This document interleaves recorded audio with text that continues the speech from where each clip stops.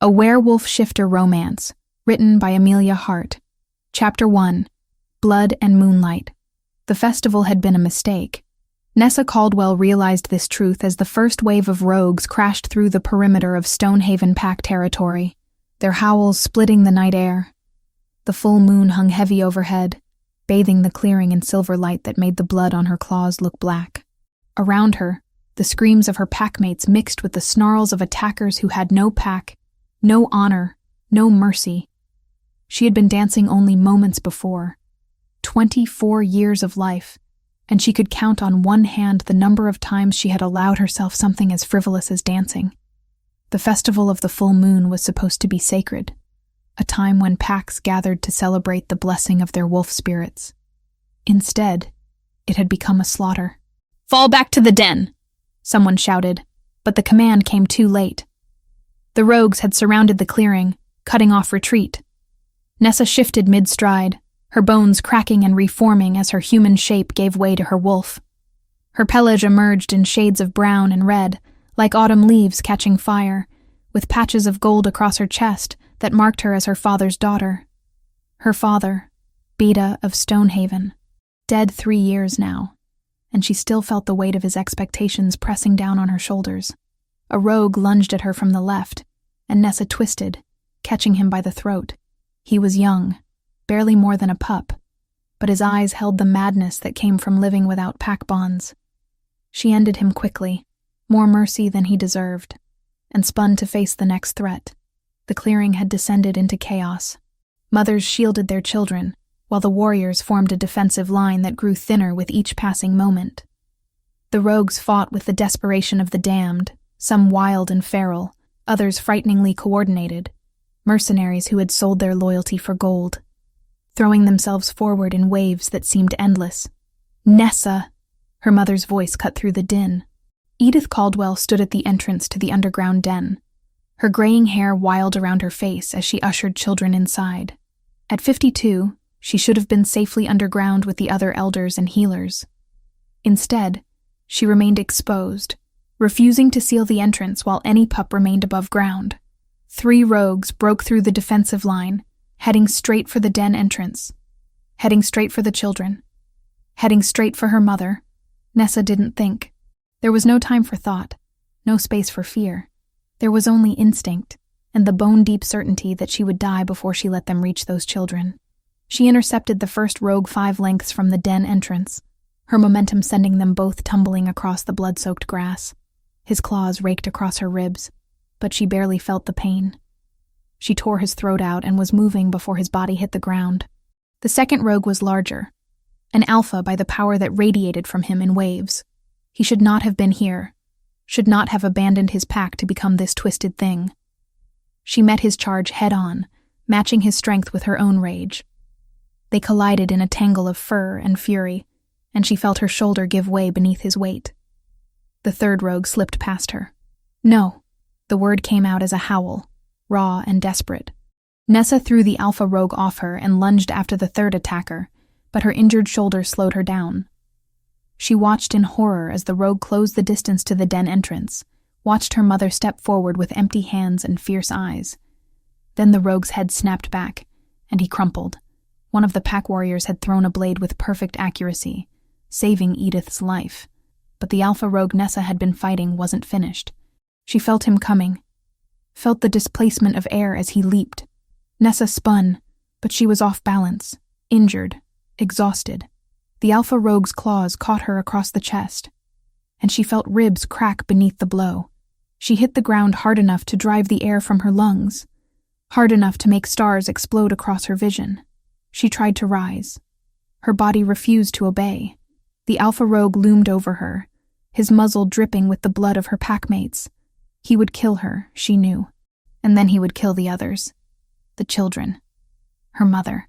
Nessa forced herself to shift back to human form, using the last of her strength to meet the rogue's eyes.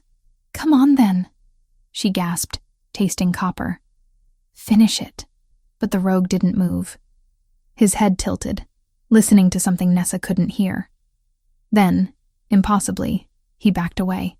All around the clearing, the surviving rogues were retreating, melting back into the forest as suddenly as they had appeared. Nessa tried to understand what was happening, but her vision was graying at the edges. She could hear voices, could feel hands on her body, could smell her mother's tears. The ground beneath her was warm and wet, and she realized dimly that most of that warmth was her own blood. "The children," she managed to whisper. "Are they safe?" "Hush," her mother said, her voice breaking. "Don't speak. Save your strength." But Nessa could feel her strength draining away, could feel the cold creeping up from her toes. This was how her father had died, she remembered, protecting the pack. There were worse ways to go. "Help is coming," someone said. "The Alpha King sent word. He's almost here." The Alpha King.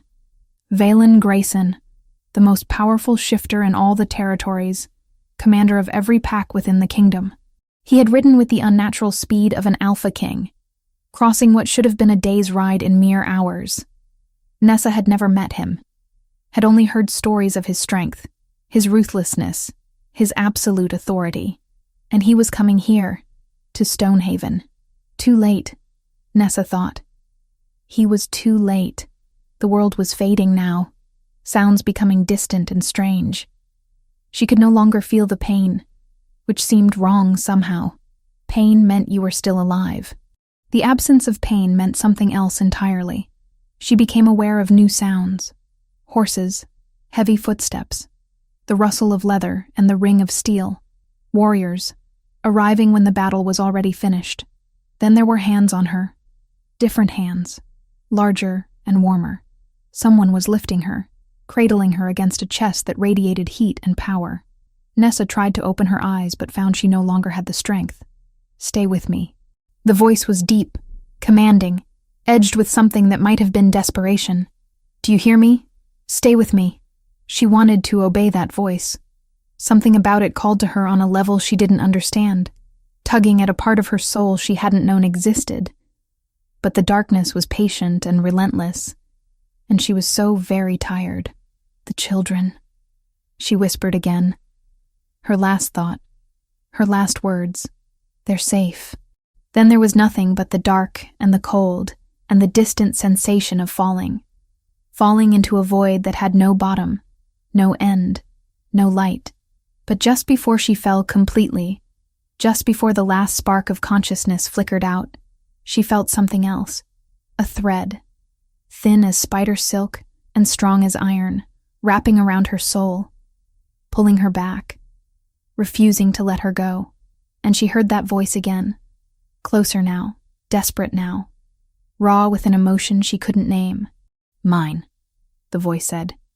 "You're mine, and I refuse to lose you." Then teeth, sharp and claiming, piercing the hollow of her throat. Fire flooded her veins where there had been only cold, burning away the darkness, forcing life back into a body that had been ready to surrender it. Pain returned in a rush that stole what little breath remained in her lungs. Her back arched involuntarily as something ancient and forbidden took root in her chest, binding her to the man who held her. She could feel him now, not just his hands or his voice, but his very essence pouring into her through that bite. His strength, his will, his absolute refusal to accept her death. The connection formed between one heartbeat and the next. One moment she was alone in the dark, and the next she was tethered to something vast and powerful and utterly overwhelming. It was too much, too intense, too foreign.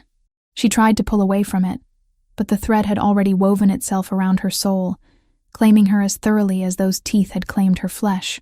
"No," someone was saying, the voice distant and horrified.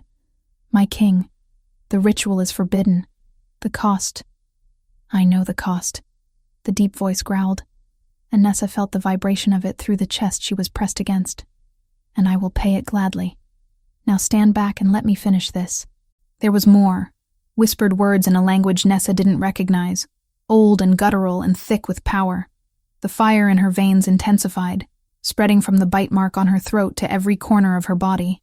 Her wounds began to close, flesh knitting back together in a way that felt wrong, unnatural, but undeniably effective. She was being pulled back from the brink. being dragged back into life whether she wished it or not. And in that moment, suspended between death and whatever this was, Nessa Caldwell understood that she had just become something different. Something changed. Something bound to the Alpha King in ways she couldn't begin to comprehend. The last thing she felt before unconsciousness claimed her was the steady, strong beat of his heart against her cheek, and the overwhelming sensation that she would never be free of him again. Not in this life. Perhaps not even in death. Chapter 2. The Binding. Nessa woke to silk. It was the first thing she registered, the soft glide of expensive fabric against her skin where she expected rough wool or nothing at all. The second thing was warmth, a heat that seemed to come from within her own body, rather than from any external fire. The third thing was the presence. Someone was nearby, not in the room with her, but close enough that she could feel them as clearly as she felt her own heartbeat. She knew, without understanding how, that they were standing 3 floors below her current position. She could sense their location as precisely as if she were watching them through clear water. Nessa's eyes snapped open. The ceiling above her was not the familiar rough-hewn timber of her home in Stonehaven. Instead, she found herself staring at stone arches carved with intricate designs, tapestries hung on the walls, depicting battles and coronations. A fire burned in a hearth large enough to roast an entire deer. This was not home. This was a castle. She sat up slowly, testing her body for injuries. The broken ribs, the torn shoulder, the claw marks across her chest that should have killed her. But her body responded smoothly, without pain, without weakness. She lifted her hands and found them unmarked. Memory crashed through her in a wave that left her gasping. She remembered dying, remembered the cold spreading through her limbs, and the darkness closing in. She remembered a voice refusing to let her go. She remembered teeth sinking into her throat and fire replacing the cold. Nessa's hand flew to her neck. Her fingers found smooth skin and the faint ridge of a scar where those teeth had pierced her flesh. A claiming bite. But that was impossible. Claiming bites were exchanged between mates. She had never chosen anyone. The presence she had been sensing shifted, moving closer, rising through the levels of the castle toward her room. Panic seized her. She threw back the silk coverings and discovered she was dressed in a thin sleeping gown that was not her own. Her legs were steady when her feet hit the cold stone floor. Steadier than they had any right to be after weeks of unconsciousness. 3 weeks. The knowledge came to her unbidden. Absolute certainty without source. She had been asleep for 3 weeks. The door to her chamber opened, and Nessa spun to face the intruder. But it wasn't the owner of that overwhelming presence who entered. It was her mother. Nessa. Edith Caldwell's face crumpled with relief, and she crossed the room to pull her daughter into an embrace that smelled of home and herbs and safety. Thank the moon. You're awake. Nessa held her mother tightly, breathing in the familiar scent, grounding herself.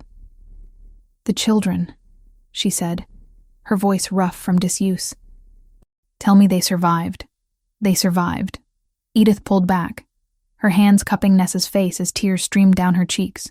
All of them survived because of you, because you held the line long enough. The Alpha King, Nessa said. He came. He came. Edith's expression shifted, becoming complicated. And he saved your life through means I never thought I would witness. Sit down. We need to talk about what he did to you. Nessa allowed herself to be guided to a chair by the fire. Her mother took the seat across from her, and for a long moment, neither spoke. Finally, Edith reached out and took Nessa's hands. What do you remember? Her mother asked gently. I remember dying, Nessa said bluntly. I remember someone refusing to let me die, and I remember a bite. Her hand went to her throat again. A claiming bite. Edith nodded slowly. It was the Alpha King who bit you. Valen Grayson himself. He performed a ritual that hasn't been done in over a century. A life binding. A life binding, Nessa repeated. What does that mean? It means he tied your life force to his own, her mother explained carefully. But such rituals always exact a cost. Every time he draws upon the binding's power, it drains some of his strength, a price no alpha has willingly paid in centuries. As long as he lives, you cannot die. His strength flows into you, sustaining you, healing you.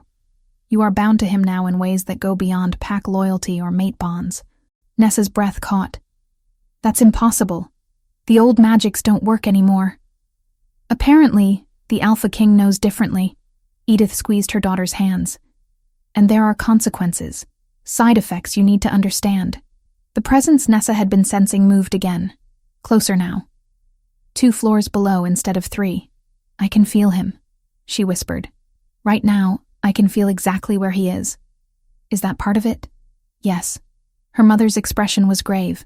The binding created a connection. You can sense his location, and he can sense yours. You can feel his physical state, whether he's tired, hungry, in pain. It's a tether that cannot be broken. Nessa stood abruptly, pacing to the window. Outside, she could see the sprawling grounds of the royal castle. The forest stretched beyond the walls, dark and vast. Somewhere out there was Stonehaven, her home.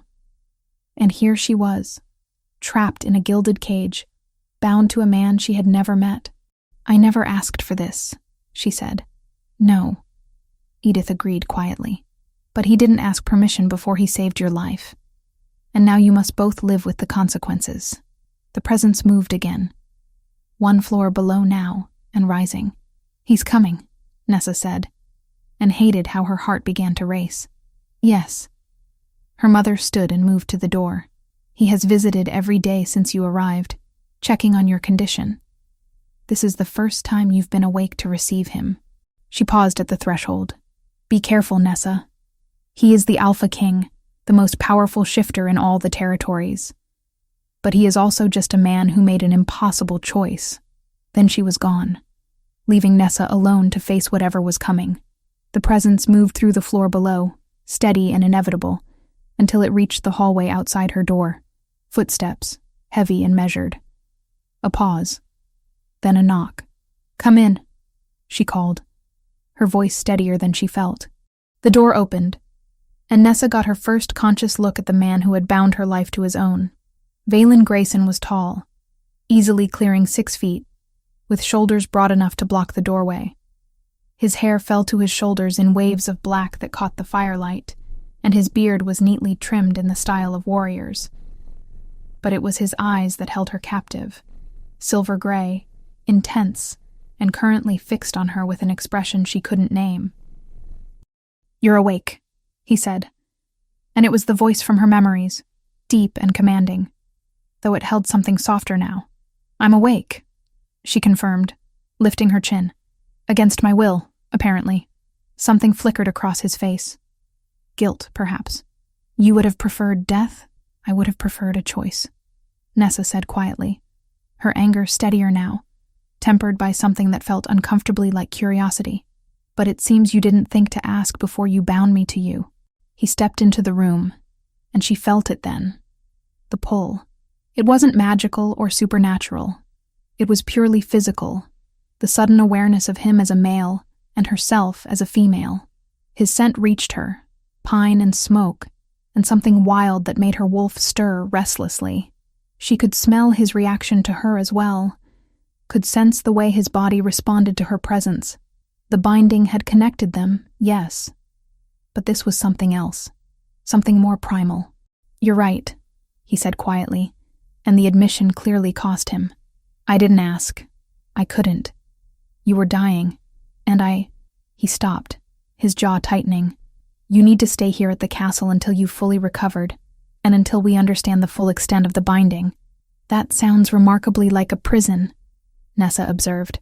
Call it what you will, he replied, steel beneath the words now. But you will stay. He turned to leave, and Nessa felt the moment he made the decision to retreat. Felt it through the binding, through that connection that let her sense his physical state. He was exhausted, she realized. Bone-deep weary in a way that suggested he hadn't slept properly in weeks. Wait, she found herself saying. He paused at the door, looking back at her. Thank you, Nessa said. The words dragged from somewhere deep and reluctant. For saving my life. Even if I'm angry about the method, I'm still alive because of you. For a moment, something raw and unguarded crossed his face. Then his expression shuddered, going blank and regal once more. "The children were safe," he said. "You made sure of that before you fell. Sleep well, warrior." Then he was gone, and Nessa was left alone with the fire and the silk, and the persistent awareness of his presence moving through the castle below. She touched the scar on her throat again, feeling the ridge of it beneath her fingers. Her life was no longer entirely her own. She was bound to the Alpha King in ways she didn't fully understand, tethered to him by ancient magic and impossible choices, and the most terrifying part was the way her body had responded to his presence, the way her wolf had recognized him on some primal level that had nothing to do with the binding and everything to do with the dangerous territory between want and need. Nessa returned to the bed, pulling the silk coverings over herself, but sleep was a long time coming. Every time she closed her eyes, she could still feel him, still sense his location in the castle, still remember the way he had looked at her with those silver-gray eyes. 3 weeks ago, she had been a simple warrior, daughter of a beta, protector of her pack. Now she was something else entirely, something bound, something changed, something that belonged to the Alpha King whether she wanted to or not. Chapter 3. Wolves and Courtiers. The weeks that followed Nessa's awakening were an education in survival of a different sort than she had ever known. The royal court was a battlefield, she learned quickly. But the weapons were words instead of claws, and the blood that was spilled remained invisible until it was far too late. Alphas from territories across the kingdom moved through the castle halls with careful steps and calculating eyes, each one measuring her worth, questioning her presence, wondering what hold she had over their king. Nessa discovered the answer was simpler than any of them imagined. None at all. She saw Valen only in passing, and always at a distance. He attended council meetings behind closed doors while she was left to navigate the treacherous waters of court politics alone. The binding let her sense his location constantly, a persistent awareness that told her when he was near, but never near enough. She could feel when he was tired, when he skipped meals, when tension coiled through his body during particularly contentious negotiations. But he never came to her chambers again, never sought her out, never explained what he intended to do with a warrior woman bound to him by forbidden magic. So Nessa did what she had always done when faced with an impossible situation. She fought. The training grounds became her refuge. The castle guards had been wary of her at first, this common warrior from a minor pack who somehow commanded the Alpha King's protection. But Nessa had earned her place the old-fashioned way, by being better than they expected and refusing to back down when they tested her. She was sparring with 3 guards simultaneously when she felt Valen's presence shift from the council chambers to somewhere much closer. The distraction cost her. A wooden practice sword caught her across the ribs, and she spun, disarming her opponent with a move her father had taught her before he died. "Yield," the guard said, grinning despite the sword now pressed to his throat. "Yield," Nessa agreed, lowering her weapon. Sweat plastered her hair to her forehead, and her muscles sang with the pleasant ache of exertion. This, at least, was familiar. This, she understood. "Impressive," a new voice said. And Nessa turned to find a man watching from the edge of the training yard. He was handsome in the way of angels in old paintings, with platinum hair and ice-blue eyes that held none of the warmth his smile suggested. "I had heard the Alpha King was keeping a warrior in his castle, but I didn't realize she was quite so skilled." The guards around Nessa had gone still, their postures shifting into something more formal. This man was important then. An Alpha himself, by the power that radiated from him. "Nessa Caldwell," she said, inclining her head slightly. Not a bow, but an acknowledgement of status. "Of Stonehaven Pack." "Tavish," he replied, his smile widening. "Alpha of North March Pack. I've been hoping to meet you, Nessa Caldwell of Stonehaven. There are so few women in this court who know which end of a sword to hold." There was something in his tone that set her teeth on edge, though she couldn't quite identify what. "I imagine the ladies of court find other ways to fight their battles," she said carefully. "Oh, indeed they do."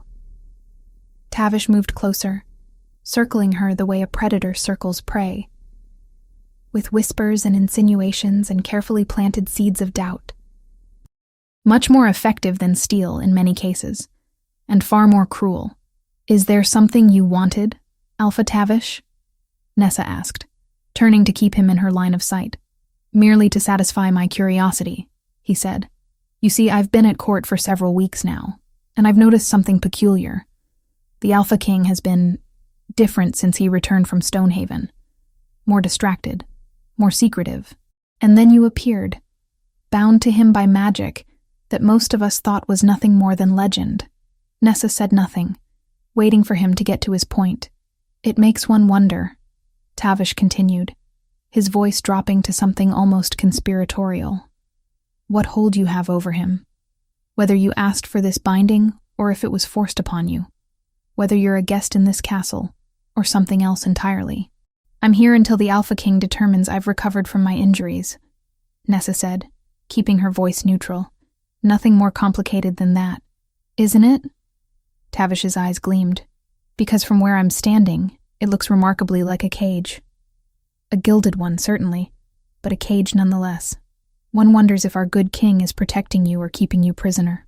The words struck closer to Nessa's own doubts than she liked to admit. But she had learned young not to show weakness to those who would exploit it. "I can leave the castle grounds whenever I wish," she lied smoothly. "Can you?" Tavish asked, and the challenge in his tone was unmistakable. "Can you really? Or would the binding pull you back before you made it past the gates?" Nessa didn't answer.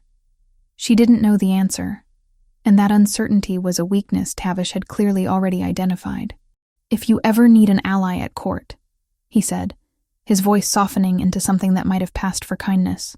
"Someone who understands what it's like to be used as a piece in someone else's game. You know where to find me."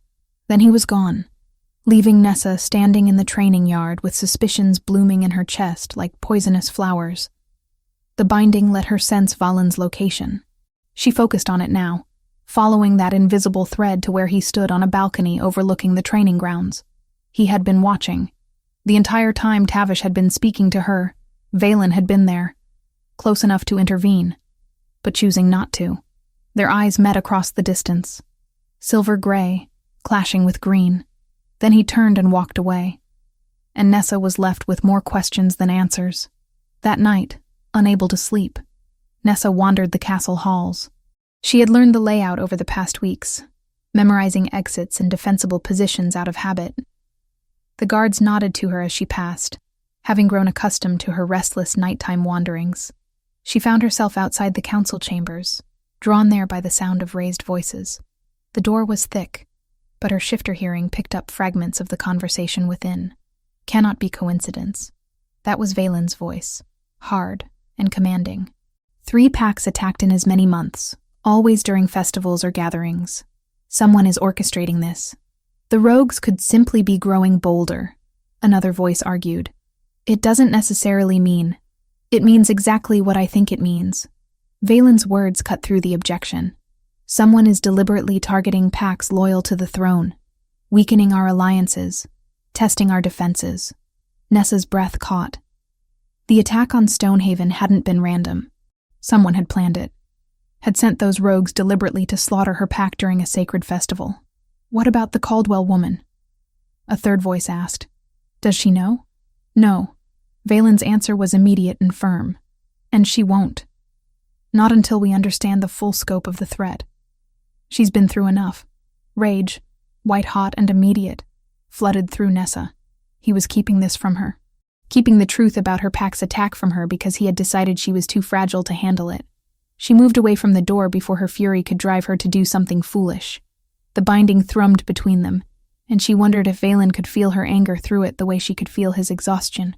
Back in her chambers, Nessa stood at the window, staring out at the moonlit grounds. The binding had given her a measure of Valen's physical state, but not his thoughts. She couldn't tell what he was thinking. Couldn't understand why he insisted on protecting her from truth she had every right to know. But she could feel his presence moving through the castle below, could track his progress from the council chambers toward his own apartments. And she could feel the weight of his weariness, the bone-deep fatigue of a man carrying responsibilities too vast for any single person to bear. The fury in her chest flickered, complicated by something that might have been understanding or sympathy or both. Tavish's words echoed in her mind. Was she a guest or a prisoner? Protected or kept? And what would she discover if she dug deeper into the secrets Valen was keeping from her? Nessa touched the scar on her throat, feeling the familiar ridge beneath her fingers. The binding connected them, yes, but it also divided them. She was bound to a man who treated her like fragile glass, who made decisions about her life without consulting her, who watched her from a distance but never came close enough to explain what he wanted from her. She had survived the attack on her pack. She had survived dying and being dragged back to life by forbidden magic. She would survive this too. This strange limbo between belonging and isolation. But she would not remain ignorant. If Valen wouldn't tell her what was happening, if he insisted on keeping secrets for her own protection, then she would find out on her own. Whatever games were being played at this court, whatever conspiracy had led to the attack on Stonehaven, Nessa Caldwell was no longer content to be a piece moved by others. It was time to become a player in her own right. Chapter 4. Forest Truths. The ritual hunt was announced 3 days later, and Nessa knew immediately that she would be going. "Absolutely not," Valen said when she cornered him outside the war room. It was the first time they had spoken directly in weeks, and his silver-gray eyes held frustration and something that looked close to concern. "The hunt is dangerous even for experienced—" "I am experienced," Nessa interrupted. "I've been hunting since I was 12, and unless you've forgotten, I'm the one who held off rogues while your warriors were still days away." A muscle ticked in his jaw. "I haven't forgotten." "Then you also haven't forgotten that we're bound," she pressed. "Your counsel questions what that means, what I am to you. If I stay behind while you ride out with every other alpha, it will only fuel speculation." "Let them speculate," Valen said. But his tone had shifted. "And what happens when they decide I'm your weakness?" Nessa asked quietly. "When they think you're keeping me locked away because I'm leverage?" "That's exactly what Tavish has been suggesting." Valen's eyes darkened. "Tavish has been speaking to you?" "Near me," Nessa corrected. "There's a difference. But he's not wrong about everything. This binding connects us. If I can't be by your side for something as simple as a hunt, what message does that send?" Valen studied her for a long moment. "You ride at dawn. Stay close to my guard. I'll stay close to you," Nessa countered. "That's what the binding demands anyway. Or have you not noticed that being too far apart causes discomfort?" She had discovered that 2 nights ago, when Valen had ridden to the western borders.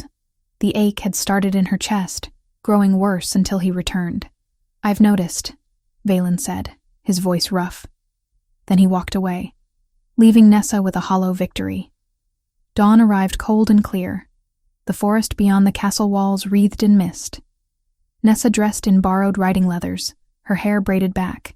Valen had arranged a gray mare with kind eyes for her. The hunting party consisted of 20 riders, Valen and his guard, plus alphas from 6 territories. Tavish was among them, his platinum hair catching the early light as he mounted a white stallion. He caught Nessa's eye and smiled, the expression holding too many teeth. Valen appeared on a black destrier that stood nearly 17 hands high. He wore leather and dark fur, his black hair loose, his beard making him look every inch the warrior king he was. When his eyes found Nessa, something flashed across his face too quickly to name. They rode out in formation, following game trails deeper into ancient forest. The ritual hunt was supposed to strengthen pack bonds, a tradition as old as shifters themselves. But Nessa couldn't shake the feeling that they were being watched. The sensation grew stronger as they moved deeper into the trees. She focused on the binding, using it to gauge Valen's awareness. He felt alert, but not alarmed. It was Tavish who made the first mistake. They had dismounted to track when Nessa heard the snap of a deliberately broken branch. She spun and saw Tavish's hand move in a gesture too controlled to be accidental. The horses nearest to Valen spooked, one kicking out with iron-shod hooves that would have caught the Alpha King if he hadn't moved with inhuman speed. "Control your mount," Valen snapped at the stammering rider, but his eyes went to Tavish, suspicious. "How unfortunate," Tavish said smoothly. "These woods make even trained war horses nervous. Perhaps we should split into smaller groups. We stay together," Valen said flatly, and the command brooked no argument. But the damage was done. The rest of the hunt proceeded with tension that made Nessa's skin prickle. When they finally brought down a massive elk just before sunset, there was no joy in the kill. "We'll camp here tonight," Valen announced. "Return at first light." The alphas dispersed to set up bedrolls, and Nessa found herself following Valen as he moved away from camp, drawn by the binding. She found him at a clearing beside a stream, staring into the darkening forest. "You felt it too," she said quietly. "That what happened with the horses wasn't an accident." "I felt it," he confirmed without turning. "Tavish is playing a dangerous game." "Why?" Nessa moved closer. "What does he gain by making you look vulnerable?" "Power," Valen said simply. "If he can make them doubt my strength, my judgment, he can position himself as an alternative. A younger, stronger leader for uncertain times." "Times made uncertain by someone orchestrating attacks on your loyal packs," Nessa said, and felt him go still. "Yes, I know. I heard you discussing it with your council. 3 packs attacked in as many months, always during festivals. Someone targeting your alliances." Valen turned to face her, caught between anger and resignation. "You were eavesdropping. You were keeping secrets," she shot back. "About an attack that killed members of my pack. About a conspiracy that may have murdered my father 3 years ago. Did you think I wouldn't find out?" "Your father's death was investigated," Valen said carefully. "There was no evidence of foul play." "Because no one was looking for it," Nessa said. And her mother's revelation from that morning rang in her ears. Edith had finally told her what she had been keeping to herself. He was looking into something before he died. "My mother told me she hadn't spoken sooner because she feared the grief would break me while I was still healing." He told her that he had discovered a conspiracy, that someone was planning to destabilize the kingdom by targeting loyal packs. He died before he could identify the source. Realization dawned across Valen's face. "The timing would be right," he said slowly. 3 years ago there were smaller incidents. Skirmishes we attributed to random rogue activity. If someone was planning this even then my father discovered it and was killed for it," Nessa finished. "And I have a right to know. I have a right to be part of finding whoever is responsible." Valen moved closer, and Nessa's breath caught at the intensity in his silver-gray eyes. "You have every right," he said quietly. "And I was wrong to keep it from you. I told myself I was protecting you, but the truth is, I was protecting myself." "From what?" Nessa asked. "From this," he said, and closed the remaining distance between them. For a moment, she thought he would kiss her. His hand came up to cup her face, his thumb tracing her cheekbone with unexpected gentleness. The binding thrummed between them, amplifying every point of near contact until Nessa could barely breathe. Then, with visible effort, Valen stepped back. "I can't," he said, his voice rough. "You never asked for this binding. Never chose me. I won't compound what I did by taking more than you're willing to give." "And if I'm willing?" Nessa heard herself ask. "Are you?" He studied her face with an intensity that felt like it could see through to her bones. "Or is it just the binding making you think you want something you wouldn't choose freely?" Nessa didn't have an answer. The binding was there, constant, and she couldn't separate what she felt from what it made her feel. "I chose to die protecting my pack," she said finally. "You chose to bring me back. We both made impossible choices. Maybe it's time we stopped punishing ourselves for that and started figuring out what comes next." "What comes next," Valen said, "is we find whoever orchestrated the attack on Stonehaven. We expose the conspiracy your father discovered, and we make sure no other pack suffers what yours did. Together," Nessa said, not a question. "Together," Valen agreed, and something in his expression shifted. "No more unnecessary secrets. I'll tell you what I can, when it won't put others at risk. No more protecting you from truths you have every right to know. No more keeping me at a distance," Nessa countered. "If we're bound, then we're bound. For better or worse." The corner of his mouth lifted in something that might have been a smile. "You might regret that." "I already regret plenty," Nessa said. "What's one more impossible thing?" They returned to camp together, and if the other alphas noticed the shift between them, they were wise enough not to comment. But Tavish's eyes followed them through the darkness, calculating and cold. and Nessa knew they had just made themselves into a united target. Whatever game he was playing, whatever conspiracy had taken her father and attacked her pack, it had just become personal. Chapter 5. Blood and Fire. The evidence arrived 2 days after the hunt, delivered by a scout tracking rogue movements through the Northern Territories. Nessa stood beside Valen in the council chamber as the scout laid out his findings. Correspondence intercepted from a rogue camp, decoded to reveal coordination between attacks, supply routes, festival dates, pack locations, weaknesses and defenses, and a name, mentioned once but enough to damn him: Tavish. "This proves nothing," one council member argued. "Anyone could have forged these documents." "We also have a witness," Valen interrupted coldly. "A rogue captured during the attack on Stonehaven. He's been recovering in the dungeons, and yesterday he broke his silence. He identified Tavish as the one who recruited him, who promised gold and territory for attacking packs loyal to the throne." The council chamber erupted. Alphas demanding action, others calling for more proof, voices rising. Through it all, Nessa felt the weight of what they had uncovered. Her pack had been attacked on Tavish's orders. Her packmates had died because one man wanted power. "Bring him in," Valen commanded. Tavish entered 10 minutes later, expression mild curiosity. He looked at the assembled alphas, at the evidence spread across the table, and his smile never faltered. "Is there a problem, my king?" he asked smoothly. "You tell me," Valen said, gesturing to the correspondence. "These were found in a rogue camp. They detail attacks on my loyal packs. Your name appears in them." Tavish examined the documents. "Forgeries," he said dismissively. "Someone is trying to frame me. Perhaps you should be asking who benefits from turning the Alpha King against one of his strongest allies." "We also have a witness," Nessa said, her voice cutting through his deflection.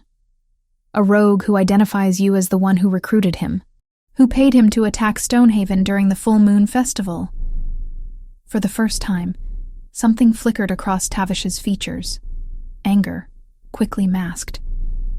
"The word of a rogue against an alpha? You cannot seriously be considering—" "I'm not considering anything," Valen said, rising from his throne. The power radiating from him made every shifter feel his authority. "I'm stating facts. You orchestrated attacks on my packs. You destabilized my kingdom. You murdered innocents in a bid for power you were never worthy to hold." "You have no proof," Tavish snarled, composure cracking. "Just the word of a broken rogue and convenient documents. Then you won't mind being confined while we investigate," Valen said, his voice dropping to something dangerous. "Take him to the dungeons. High security. No visitors except by my express permission." Guards moved forward, and Tavish's face twisted with rage. For a moment, Nessa thought he would fight. But even Tavish wasn't foolish enough to attack the Alpha King in his throne room. "This isn't over," he said, as they led him away. "You're making a mistake you'll regret." "The only mistake I made," Valen said quietly, "was not seeing you for what you were sooner." The council session continued long after Tavish was removed, alphas debating punishment and political fallout. None of them noticed that one of Valen's advisors, Brennan, had left the chamber early, his expression unreadable. A small detail that would later matter far more than anyone realized. Night had fallen by the time they dispersed. Nessa and Valen walked the corridors together in exhausted silence, both processing the day's revelations. They had just reached where their paths would diverge when the first explosion shook the castle. The blast came from the dungeons, magical fire that sent tremors through stone. Valen's hand found Nessa's instantly, pulling her against the wall as debris rained down. "Tavish's allies," Valen said, already moving toward the source. "They're trying to free him, or kill you in the chaos," Nessa countered, keeping pace. She could hear shouts, the clash of steel, snarls of combat echoing through the stone corridors. They rounded a corner and found 3 men in dark leathers, faces covered, blades drawn. Not shifters, mercenaries, which explained how they had gotten past magical defenses. The first attacker lunged at Valen, and Nessa moved on instinct. She had no weapon, but she didn't need one. She shifted partially, extending her claws and sharpening her senses. The attacker turned toward her, surprised, and paid for his distraction when her claws found his throat. Velen had dispatched one attacker and was engaging the third when Nessa felt the fourth coming from behind. She spun, but not fast enough. A blade caught her across the forearm, slicing through leather into flesh. The pain was sharp, and Nessa used it to fuel her next attack. She drove her claws into the attacker's throat and felt him go down. "Nessa!" Velen was at her side instantly, his hands on her bleeding arm, his face barely controlled rage. "How bad is it?" "Just a cut," she said, though blood dripped steadily. "I've had worse." But Velen wasn't listening. He stared at her wound with something raw and desperate. Then he was pulling her away from the bodies, into an alcove offering temporary shelter. "You could have been killed," he said, his voice rough and shaking. "But I wasn't," Nessa interrupted. "I'm fine. The binding will heal this faster anyway." "The binding," Velen repeated, laughing without humor. "The binding that was supposed to keep you safe, and instead it just keeps putting you in danger. Keeps making you a target for everyone who wants to get to me. I was a target the moment Tavish attacked Stonehaven," Nessa said firmly. "This isn't on you, isn't it?" Valen's hands framed her face, and Nessa's breath caught at the intensity in his silver-gray eyes. "I bound you to me, made you part of my life, my court, my battles. Everything that threatens me now threatens you too." "Then we face it together," Nessa said. "That's what the binding means. Not that you protect me from everything, but that we protect each other." Something broke in Valen's expression, some final wall crumbling. "I can't lose you," he said, the words dragged from somewhere deep and vulnerable. "I know I have no right to feel that way. No, you never chose this. But I can't." Nessa kissed him. It wasn't planned. She simply reached up and pulled his mouth down to hers, cutting off his words. The binding flared between them, amplifying sensation until she felt dizzy with it. His lips were warm and demanding, his hands steady despite the tremor she could feel in his muscles. This was nothing like the almost kiss in the forest. This was fire and desperation and acknowledgement of something that had been building since the moment he had refused to let her die. When they finally broke apart, both breathing hard, Velen rested his forehead against hers. "We should check on the guards," he said, though he made no move away. "Make sure Tavish is still contained." "In a moment," Nessa said.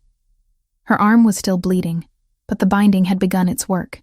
She could feel flesh knitting together, faster than it should, but not unnaturally so. "First, tell me what happens now." "Now," Velen said, his voice still rough but steadier. "We make sure Tavish and his allies pay for what they've done. We root out every conspirator, every traitor who thought they could tear down what we've built.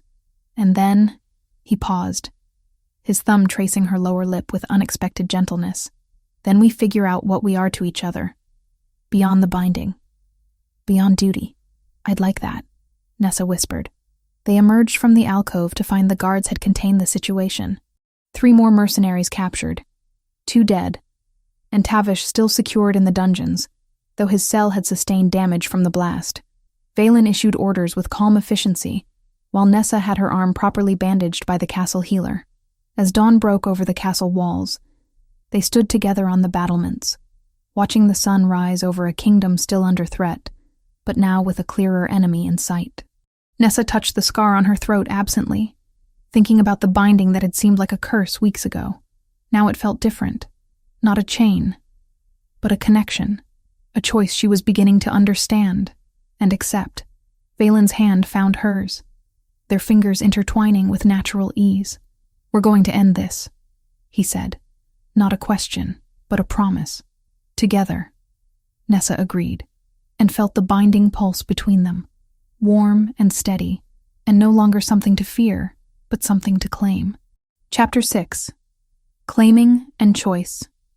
3 days passed before Nessa realized the binding had changed. She was in the training yard, sparring with one of Valen's personal guards, when a wave of frustration crashed through her that was not her own. It was sharp and immediate, carrying the distinct flavor of a political argument going nowhere productive, and she knew, without needing to ask, that it came from Velen.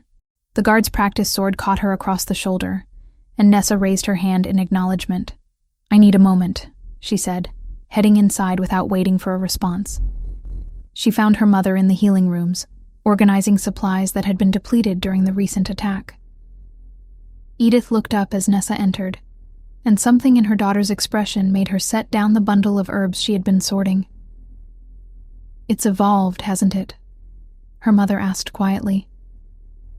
"The binding." Nessa nodded, still trying to articulate the strangeness of feeling someone else's emotions. "I can feel what he's feeling now. Before, it was only physical, his location, his exhaustion. But now I sense actual emotions, his frustration, his worry, his exhaustion, his frustration, his worry, his exhaustion. That's natural," Edith said, gesturing for Nessa to sit. "Life bindings are meant to evolve over time, especially when both parties begin to accept the connection emotionally rather than just tolerating it physically. The kiss," Nessa said, understanding dawning. "That's what triggered the evolution." "The kiss was an acknowledgement," her mother confirmed. "You both stopped fighting what the binding was trying to create and allowed yourselves to feel what was already there. The magic responded to that acceptance, deepened the connection you had been resisting." Nessa touched the scar on her throat, feeling the familiar ridge beneath her fingers. "What happens next? Does it keep evolving?" "I don't know," Edith admitted honestly. "Life bindings are rare, and the records about them are fragmentary at best. But I do know this. The binding will only grow as strong as the connection between you. If you continue to open yourself to him, and he to you, then yes, it will deepen further." The question was whether Nessa wanted that, whether she was ready to be that vulnerable, that exposed, to someone who had bound her to him without asking permission first. As if summoned by her thoughts, she felt Valen's presence moving through the castle toward her location. The frustration she had sensed earlier had faded, replaced by something warmer: intent, purpose, determination. He found her as she was leaving the healing rooms, his silver-gray eyes finding hers with an intensity that made her breath catch. "We need to talk," he said, privately. Nessa followed him to a small chamber overlooking the castle gardens, a space clearly designed for quiet conversations away from the chaos of court. When the door closed behind them, Valen turned to face her, and she could feel the nervous energy radiating from him through the binding. "You can feel me now," he said, not a question. "Since this morning," Nessa confirmed. "Your emotions, not just physical sensations. My mother says it's because the binding evolved after we stopped fighting it." "I know. I can feel you too," Valen said, moving closer. "Your determination when you train, your anger at being kept in the dark for so long, your confusion about what this thing between us actually means." Nessa crossed her arms, suddenly feeling exposed. "So, what did you want to talk about?" "I want to complete the bond," he said quietly. "Not just the life binding that keeps you tethered to me, but a true mate bond. I want to claim you properly, the way it should have been done from the beginning." Nessa's heart stuttered. "That's not something you can just ask for." "I know," Valen said, and she could feel his sincerity through the binding. "I'm not asking you to say yes right now. I'm asking you to consider it. To think about whether you want to be bound to me not just by magic and circumstance, but by choice. I don't know if I can separate what I feel from what the binding makes me feel," Nessa admitted. "How do I know if I want this, or if it's just the magic pushing me toward you?" "You don't," Valen said bluntly, "and neither do I. But here's what I do know. I've lived for 32 years without feeling this connection to anyone. I've ruled alone, fought alone, borne the weight of this crown alone. And then you died in my arms, and something in me refused to accept it. Not because of duty or politics or strategy, but because losing you felt like losing part of myself." He reached up to cup her face, his thumb tracing her cheekbone. "Maybe that's the binding. Maybe it's fate. Or maybe it's just the simple truth that you're the strongest, most infuriating, most remarkable woman I've ever met, and I want you to be mine in every way that matters." Before Nessa could find words to respond, the binding flared with sudden, sharp alarm. Valen's head snapped toward the door, his body going rigid. "Something's wrong," he said, already moving. But Nessa was already reaching for the weapons she kept strapped beneath her training leathers. They emerged into the corridor to find it empty, but the alarm she felt through the binding was growing stronger with each passing second. Then she smelled it. Smoke. Not from the hearths, but from something burning that shouldn't be. And beneath it, the distinct scent of shifter blood. They ran toward her chambers, following the scent trail, and found her door hanging open. Inside, the room was in shambles. Furniture overturned, tapestries torn from the walls, her possessions scattered across the floor, and in the center of it all stood Tavish. He looked wild, his platinum hair matted with dirt and blood, his ice-blue eyes holding the gleam of madness. "I knew you'd come," he said, his voice rough. "Knew the binding would pull you here eventually. How did you get out?" Valen demanded, moving to put himself between Tavish and Nessa. "I have friends in unexpected places," Tavish said, circling them slowly. "People who understand that the kingdom needs a stronger leader, one who isn't distracted by a common warrior. This was never about politics," Nessa said. "This was about your pride. Your ego couldn't handle that Valen was chosen as Alpha King instead of you. I should have been king," Tavish snarled. "I'm younger, stronger, more adaptable. But the council chose tradition over progress." You mean orchestrating attacks on innocent packs?" Nessa shot back. "Murdering families during sacred festivals?" Tavish's smile was all teeth and rage. "Sometimes you need to burn down the old growth to make room for something new." He shifted mid-sentence, his human form exploding into his wolf. The white beast was massive, nearly as large as an Alpha King's wolf should be, and Nessa realized with chilling clarity that Tavish had been hiding his true strength all along. Volin shifted to meet him, his black wolf form even larger, and the two alphas collided with a force that shook the room. Nessa shifted as well, her smaller reddish-brown wolf form moving to flank Tavish, looking for an opening. The fight was brutal and fast. But unlike that night at Stonehaven, this time Nessa and Valen fought as one. Coordinated, deliberate, unyielding. Tavish fought with the desperation of someone with nothing left to lose, all strategy abandoned in favor of raw violence. Valen met him with controlled fury, every move calculated to protect Nessa while still engaging the threat. Nessa saw her opportunity when Tavish overextended trying to reach Valen's throat. She lunged, her teeth finding purchase in Tavish's hind leg, and felt bone crack beneath her jaw. Tavish howled and spun toward her. Then Valen was there, his massive form driving Tavish away from Nessa and into the stone wall. The white wolf struggled, snapping and clawing. But Valen's teeth found his throat and held. For a long moment, their eyes met, silver gray against ice blue. And Nessa felt the exact moment Tavish understood he had lost. Valen's jaws closed, and it was over. The silence that followed was deafening. Both Nessa and Valen shifted back to human form, breathing hard, covered in blood and sweat. Valen moved to Nessa immediately, his hands running over her body, checking for injuries. "I'm fine," she said, catching his hands. "I'm fine. We're both fine. He came for you," Valen said, his voice shaking. "He knew I would feel your fear through the binding and come running. But he was wrong," Nessa said quietly. "Because we fought together. Because the binding makes us stronger, not weaker." Valen pulled her against his chest, holding her tightly. Through the binding, she could feel everything he was feeling. Relief, rage, fear, and beneath it all, a fierce possessiveness that should have frightened her, but somehow didn't. "Claim me," she said into the silence. Valen pulled back to look at her. "What?" "You asked if I would consider letting you complete the mate bond," Nessa said, her voice steady. "I'm saying yes. Claim me. Make this binding a choice instead of just a necessity. You almost died," Valen said carefully. "You're in shock. You don't need to decide this now." "I'm not in shock," Nessa interrupted. "I'm clear-headed for the first time since you bound me. I spent weeks resenting what you did, but you were right earlier. Maybe it's the binding, maybe it's fate. Or maybe it's just the truth that when I thought Tavish might hurt you, when I saw him lunge for your throat, I realized I couldn't lose you either. She reached up to cup his face. So yes, I want this. I want you. Not because the binding forces me to, but because I'm choosing to.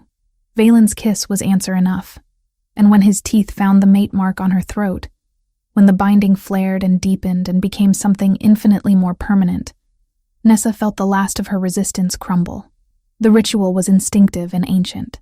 His bite deepened the mark on her throat, and she returned it, her teeth finding the junction where his neck met his shoulder. The taste of his blood on her tongue was copper and power, and the binding exploded between them in a cascade of sensation. When it was done, when the mate bond settled into place alongside the life binding, Nessa felt the difference immediately. Where the life binding had connected their physical states, the mate bond connected everything.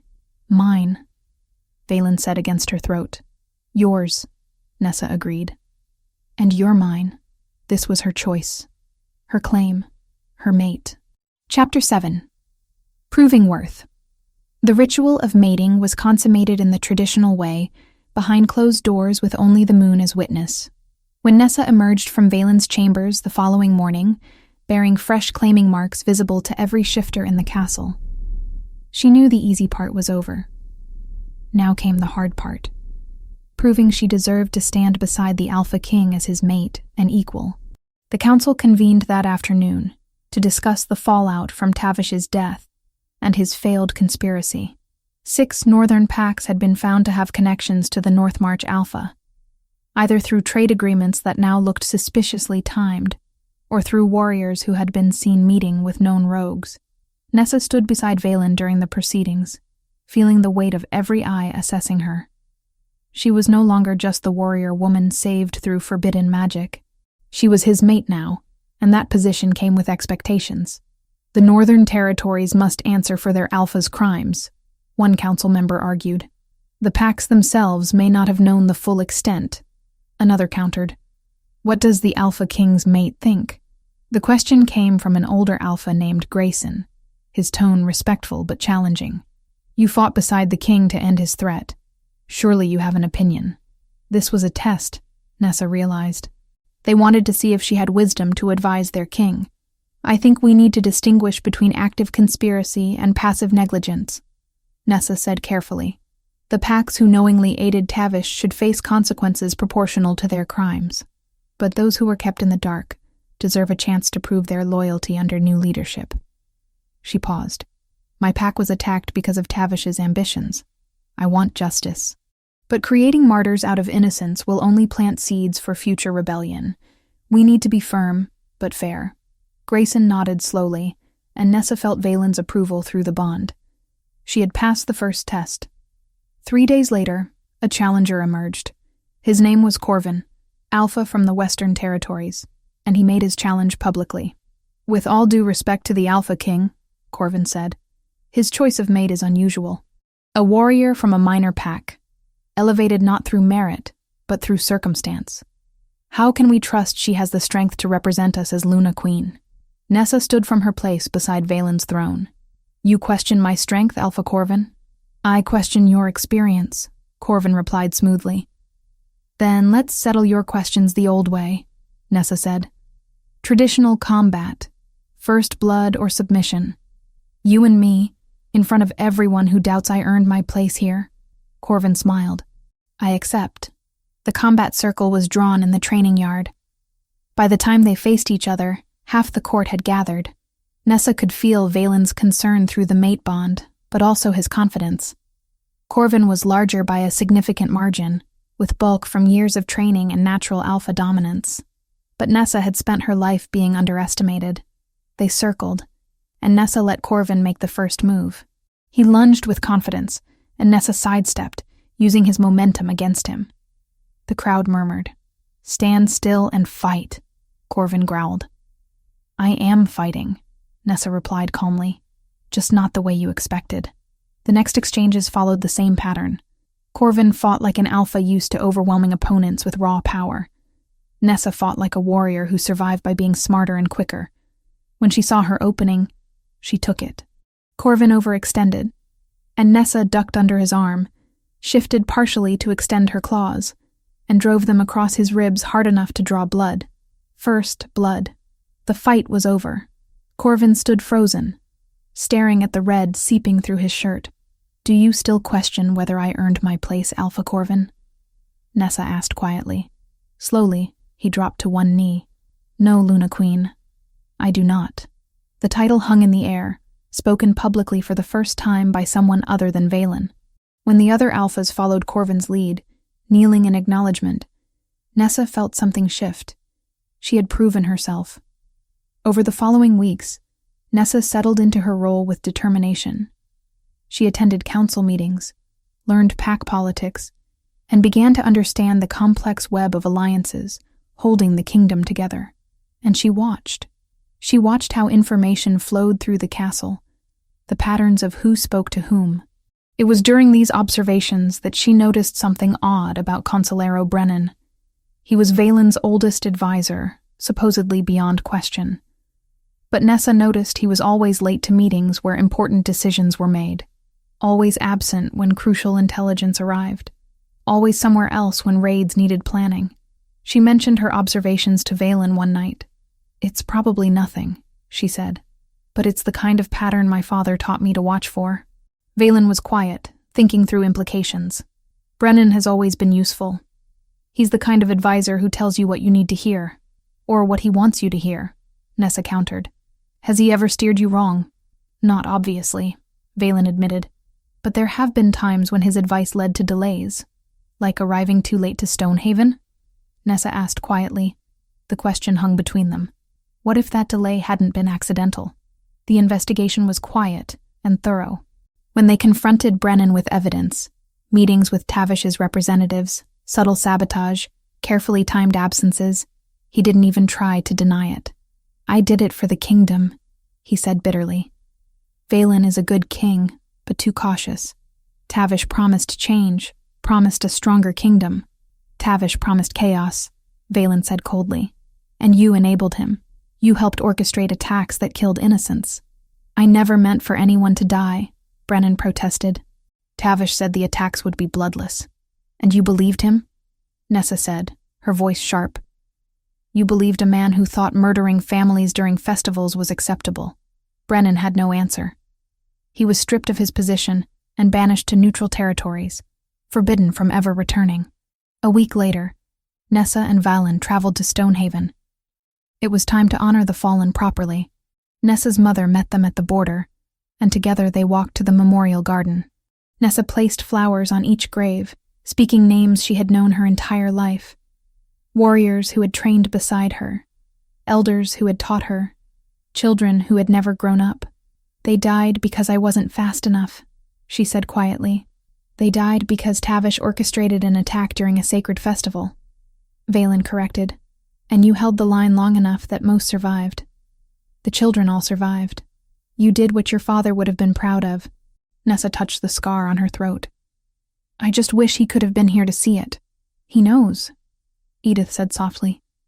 "Wherever warriors go, your father knows you made him proud. You always did." They stayed in Stonehaven for 3 days. And when they left, Nessa felt something settle. She would always mourn those lost, but she could honor them by building something better. She was Luna Queen now, and she would make sure that title meant something. Chapter 8. Legacy and Light. 6 months had passed since the day Tavish died, and the conspiracy that had nearly torn the kingdom apart was finally put to rest. Nessa stood at the window of the royal chambers, one hand resting on the gentle swell of her belly where the Alpha King's heir grew, conceived only weeks after their coronation. The morning sun painted the castle grounds in shades of gold, and she could see the training yards where a new generation of warriors practiced forms she had helped design, women and men training side by side, as it should have always been. So much had changed in half a year. The kingdom bore the marks of transformation in ways both visible and subtle. New laws had been enacted, protecting smaller packs from exploitation by larger territories. An intelligence network had been established, coordinated by warriors Nessa had personally trained, to monitor rogue activity and identify threats before they could become attacks. Trade routes had been secured, Alliances strengthened, and the northern territories that had been complicit in Tavish's conspiracy now operated under new leadership that understood the cost of betrayal, and throughout it all, Nessa had stood beside Valen as his equal. Not just his mate, but his partner in governance. Luna Queen, in more than just title. "You're thinking too hard again." Valen's voice came from behind her, warm with affection. His arms wrapped around her waist, his hands settling over hers on her belly. "I can feel it through the bond. Your mind is racing." Nessa leaned back against his chest, feeling the steady beat of his heart against her shoulders. The mate bond thrummed between them, as natural now as breathing. "I'm thinking about how different everything is from 6 months ago." "How different I am? Better different or worse different?" Valen asked, his breath warm against her ear. Different, Nessa said, turning in his arms to face him. 6 months ago, I was furious with you for binding me without permission, for taking away my choice. And now? Now? He prompted gently. Now I can't imagine choosing anything else, she admitted. Even knowing everything that would happen, all the pain and fear and uncertainty, I would still choose this. Choose you. Choose us. Valen's expression softened, and through the bond, Nessa could feel the depth of his emotion. Love, fierce and absolute. Relief that she didn't regret the path they had walked together. And beneath it all, a truth he had been carrying since the night he had refused to let her die. "There's something I need to tell you," he said quietly. "Something I should have told you months ago, but I was afraid it would sound like I was trying to justify what I did." Nessa waited, sensing this was important. "The night of the attack on Stonehaven," Valen began, "I was in council when word arrived. But before the messenger even spoke, I felt something. A pull, sharp and undeniable, like a thread connecting me to someone I had never met. I knew, without understanding how, that something was wrong, that someone was in danger, someone who mattered." He paused, his silver-gray eyes searching hers. "I rode harder than I've ever ridden in my life, Nessa. I pushed my horse to the breaking point trying to reach you in time, and when I arrived, when I saw you dying in the moonlight, I felt that thread tightening. I could feel your life slipping away, could feel the moment your heart began to fail." Nessa's breath caught. "That's why you did the ritual. You could already feel the connection.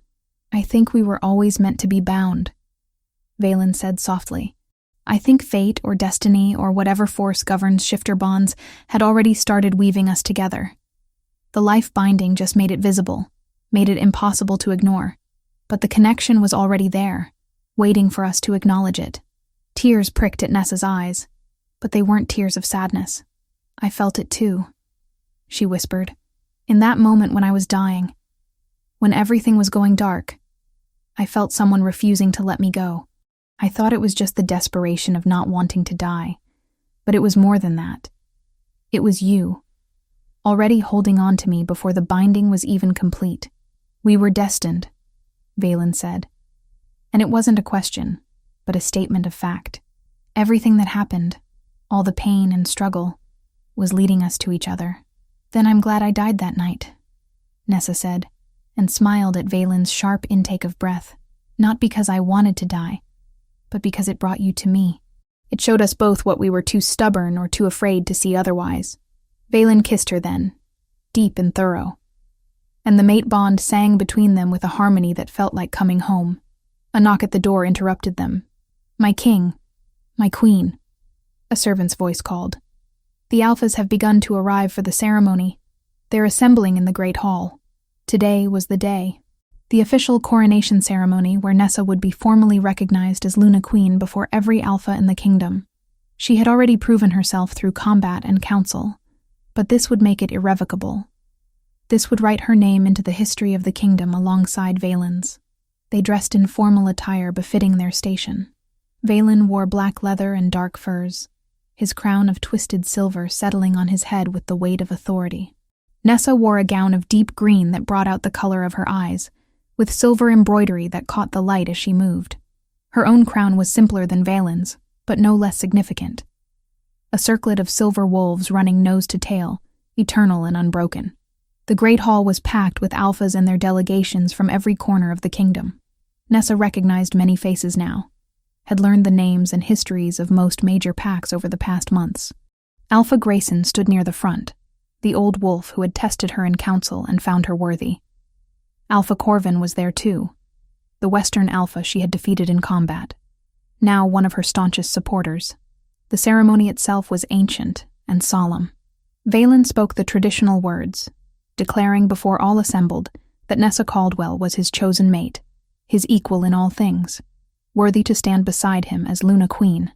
Each alpha was given the opportunity to voice objection or offer acknowledgement. None objected. All acknowledged. When the crown was placed on Nessa's head, when she turned to face the assembled alphas as their Luna Queen officially recognized and formally crowned, she felt the weight of responsibility settle onto her shoulders, but she also felt Valen's presence beside her through the mate bond, steady and unwavering.